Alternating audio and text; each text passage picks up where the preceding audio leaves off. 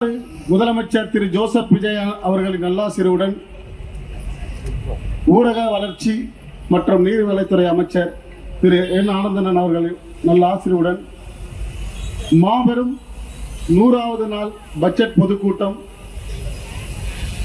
விழாவை மிக சிறப்பாக ஏற்பாடு செய்த 193வது வட்டக்கழகத்தின் செயலாளர் OMR அசோக் அவர்களுக்கு சென்னை புறநகர் மாவட்டத்தின் சார்பாகவும் சோழிங்கநல்லூர் சட்டமன்ற தொகுதியின் சார்பாகவும் மனமார்ந்த வாழ்த்துக்களை தெரிவிச்சுக்கிறேன்.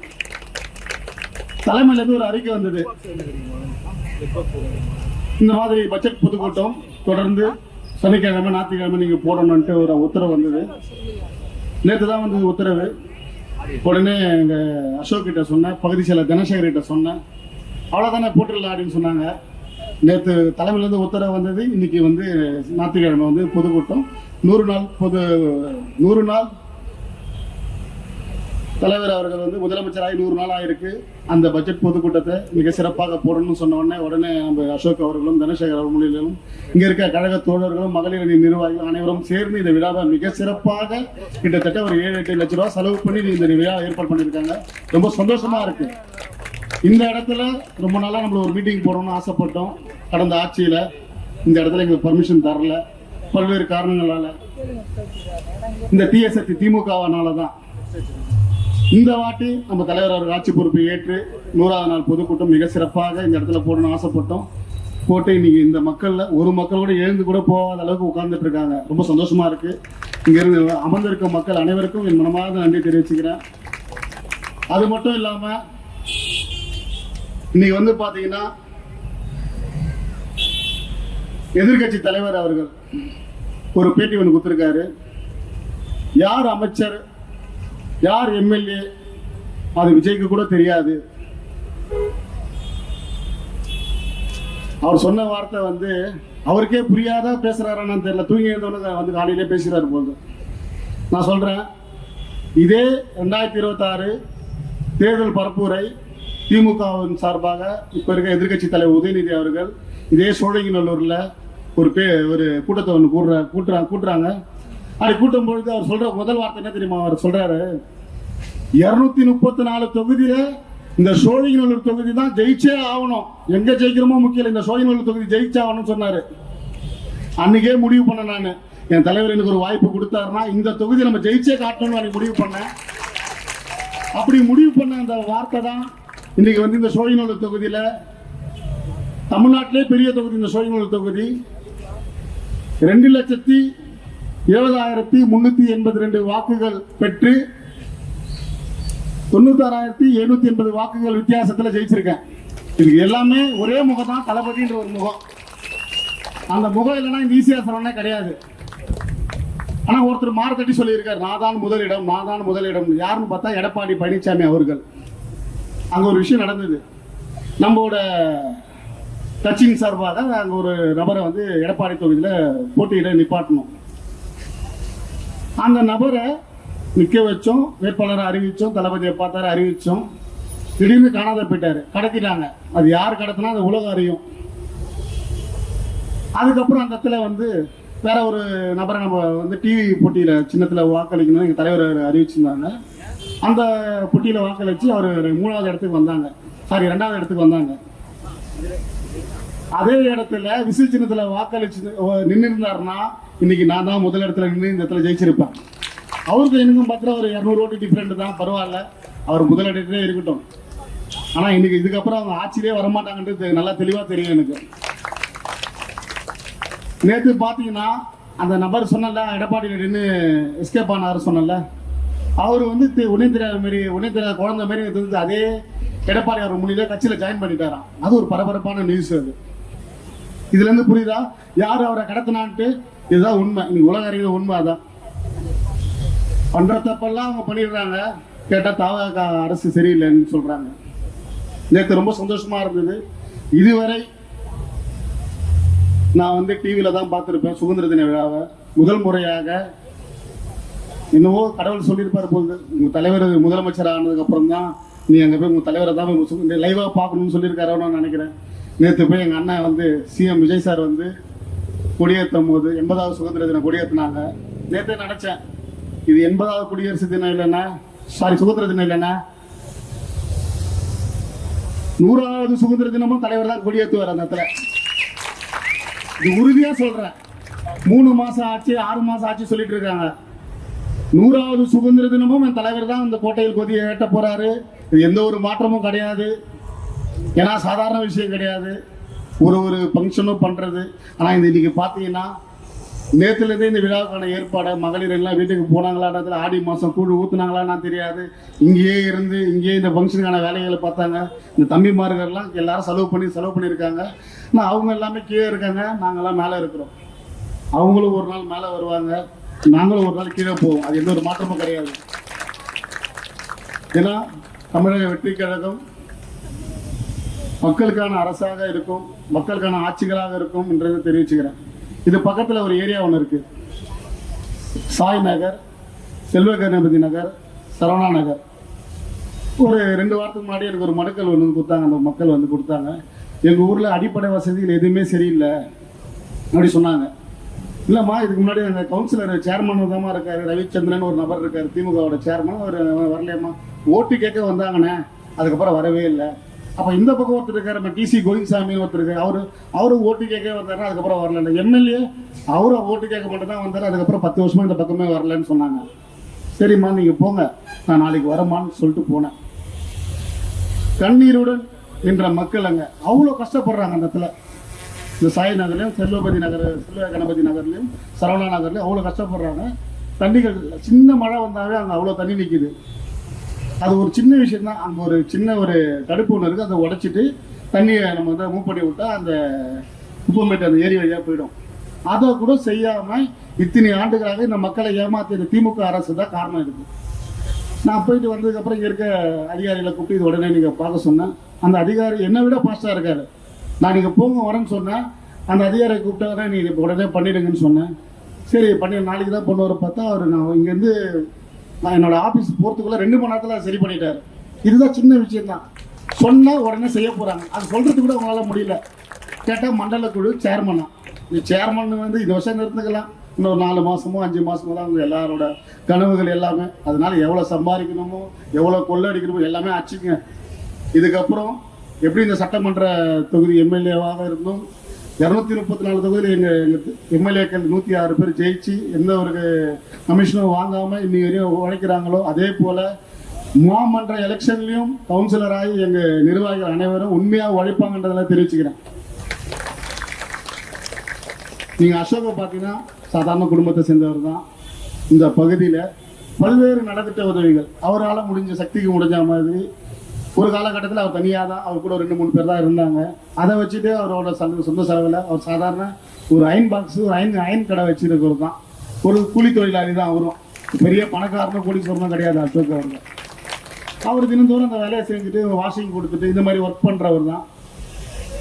அவர்கிட்ட கேட்ட என்னப்பா இந்த ஃபங்க்ஷனை நடத்த முடியுமா? நான் நடத்திடுறேன்னா, ரொம்ப நாள் கனவுனா நம்ம ஆட்சி வந்திருக்கு. ஃபஸ்ட்டு தமிழ்நாட்டிலேயே 234 தொகுதியிலேயே நம்ம தான் இந்த 100ஆம் நாள் பட்ஜெட் பொதுக்கூட்டம் போடணும், அது நான் மட்டும்தான் போடுவேன் சொல்லி அவர் பகுதி செயலர் தனசேகர்கிட்ட பர்மிஷன் வாங்கி உடனே சொன்னாங்க, உடனே போட்டாங்க. ரொம்ப சந்தோஷமா இருக்கு.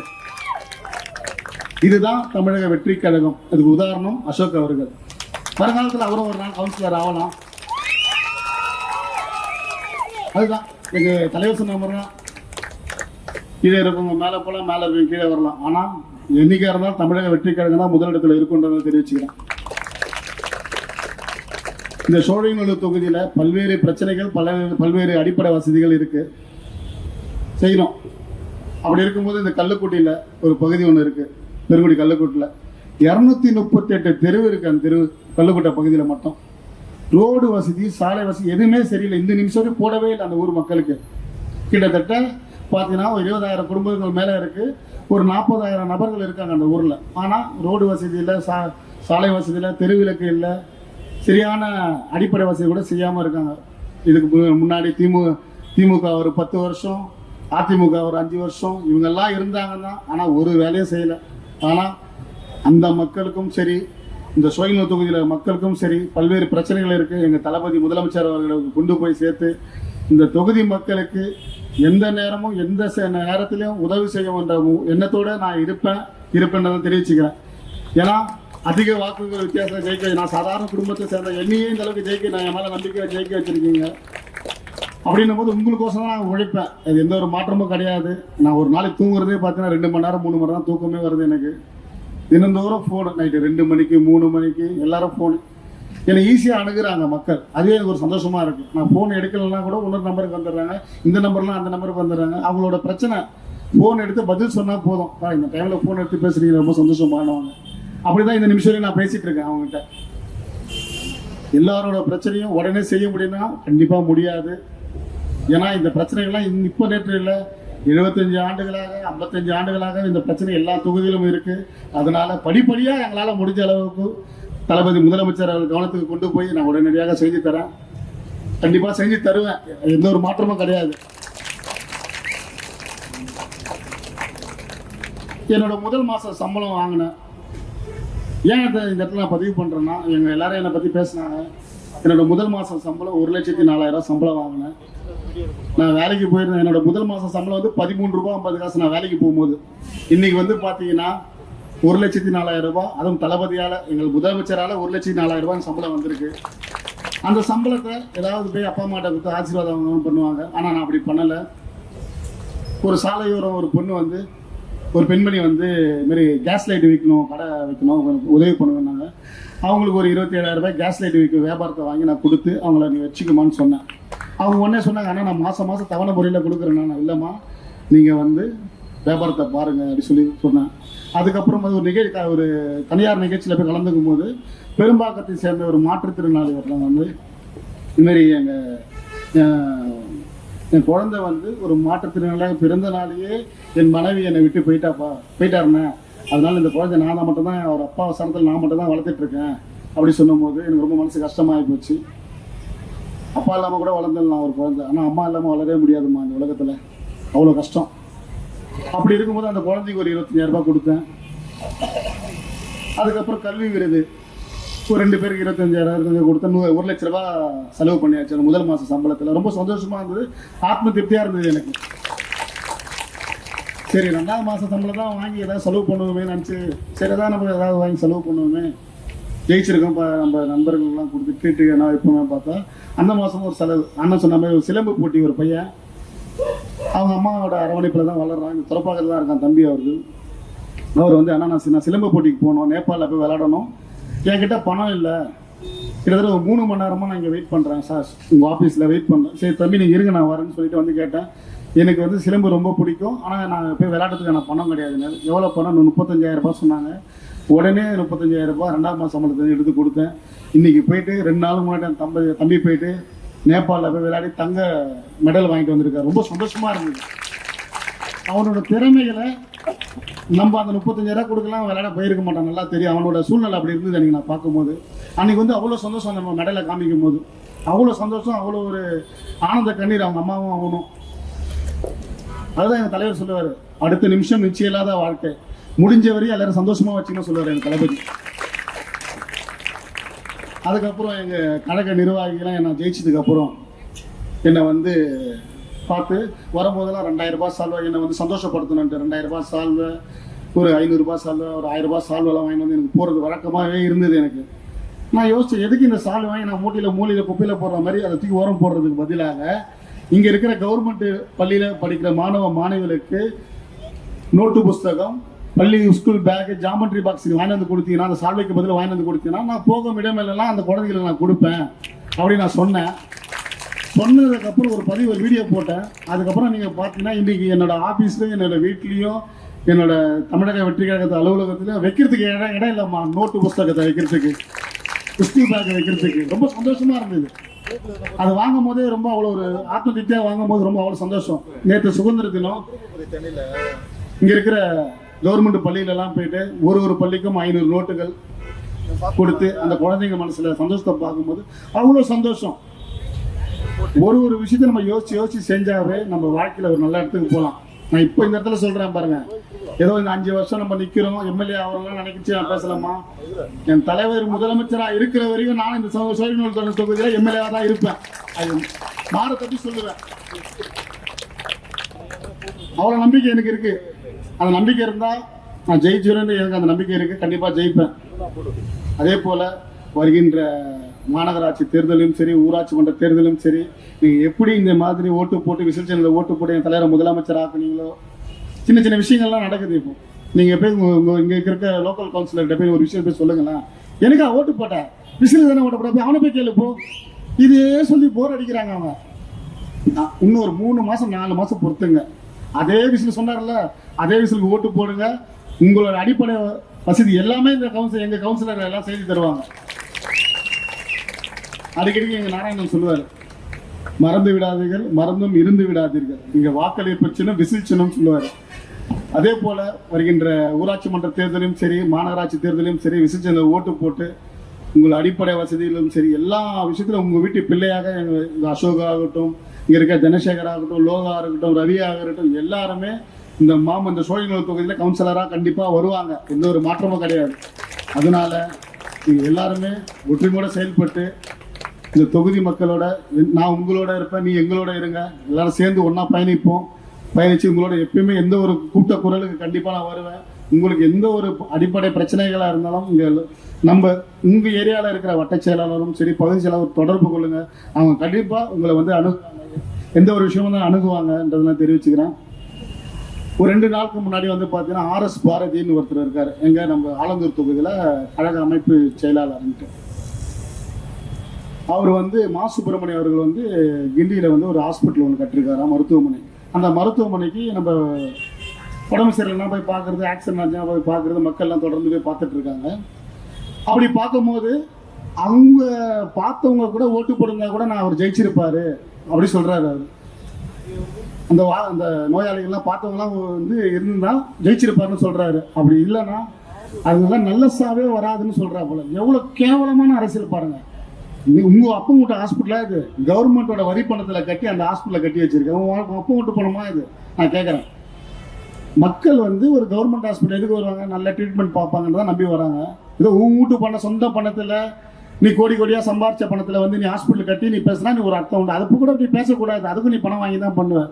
கவர்மெண்ட் ஹாஸ்பிட்டலில் பார்த்த மக்களை உனக்கு நல்ல சாவே வராது சொல்கிற ஒரு கழகத்தின் அமைப்பு செயலாளர்னு சொல்லி சுற்றின்னு இருக்காரு இந்த அரசு. பாருங்க, அவர் வன்மையாக கண்டிக்கிறோம். எங்கள் சென்னை புறநகர் மாவட்டத்தின் சார்பாகவும் சரி, சோழிங்கநல்லூர் சட்டமன்ற தொகுதியின் சார்பாக வன்மையாக கண்டிக்கிறோம். அதுக்கப்புறம் அந்த அரசு பாரதியே சொல்றாரு, இந்த மாநகராட்சி தேர்தலில் நீங்க ஒரு இடம் வந்தாலும் நான் பாதி மீசையை எடுத்துப்பேன்னு சொன்னாரு. ஆல்ரெடி நான் ஆலந்தூர்ல மீட்டிங் போட சொல்லிட்டேன். அவர் பிளேடு வாங்கி தான் வச்சிருக்கேன். ஒரு மாநகராட்சி இல்லைங்க, 25 மாநகராட்சி நாங்கள் அடிப்போம். அதே பிளேடு வச்சிருந்தோன்னா பிடிங்க, உங்க வீடை கதவு தட்டி கொடுப்பேன்னா மீசையை வச்சுக்கன்னு சொல்லி கண்டிப்பாக கொடுப்பேன். அது நீங்கள் விரைவில் எதிர்பார்க்க தான் இருக்க போறீங்க. பல்வேறு பிரச்சனைகள் நடுவில் இந்த 100வது நாள் பொதுக்கூட்டம் மிக சிறப்பாக நடைபெற்று வருகிற துறைப்பாக்கம் பகுதியில் ரொம்ப சந்தோஷமா இருக்கு. நாளைக்கு சட்டமன்றத்தை அவையில் எனக்கு பேச வாய்ப்பு அளிச்சிருக்காங்க எங்கள் பேரவைத் தலைவர் அவர்கள்.